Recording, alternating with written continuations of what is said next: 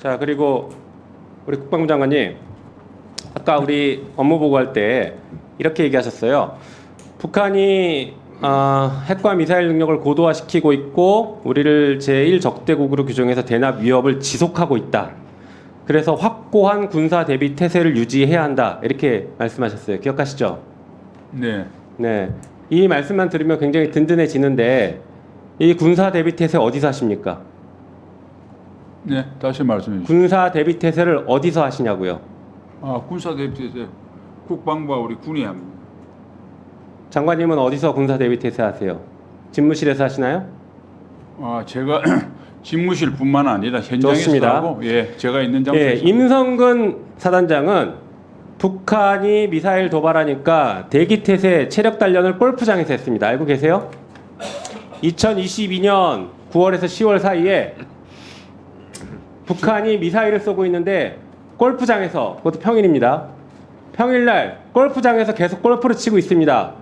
그래서 이 법사에 나와서 왜 그렇게 골프를 많이 쳤냐 했더니 대비 태세, 대기 태세 하고 있었다고 했습니다. 이게 적절합니까? 제가 그때 그 전후 사정을 정확하게 못 봤습니다. 전후 사정이 중요한 게 아니라 북한이 미사일 쏘고 있는데 사단장이, 해병대 사단장이 골프 치고 있는 게 적절하냐고요. 살펴보겠습니다. 아까 그리고 분명히 얘기하셨어요. 징계 강화시키겠다. 이 사안 징계 해부해서 적절한 조치 법사에 보고하십시오.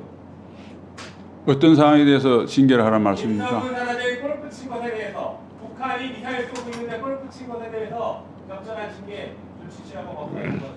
상황 확인하겠습니다. 네, 수고하셨습니다. 장관님, 이거는 지난번 우리가 청문회 과정에서 밝혀진 거예요.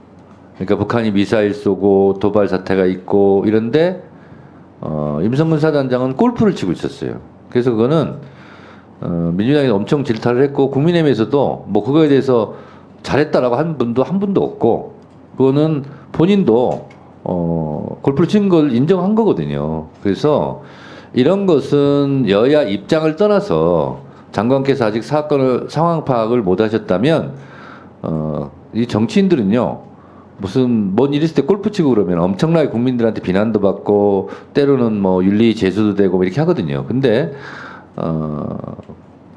임성근 사령관 같은 경우는 매우 중요한 보직 아닙니까? 해병대 사단이 2개밖에 없는데 포항 일대를 책임지는데 그 엄중한 시기에 골프를 쳤다. 그거는 있을 수 없는 거예요. 뭐 정치인뿐만 아니라 뭐 누구나 다 마찬가지고 특히 군인은 그렇게 하면 안 되잖아요. 그래서 그 부분은 오늘 회의 끝나고 돌아가셔서 상황 파악하셔가지고 그거는 충분히 징계 사유가 됩니다. 예를 들어서 장관님 같은 경우도 북한이 막 무슨 미사일 쏘고 하는데 골프 치다가도 상황 보고 받으면 바로 귀대를 해야 되지 않습니까? 장관 같은 경우도 다 그렇지 않습니까? 누구나?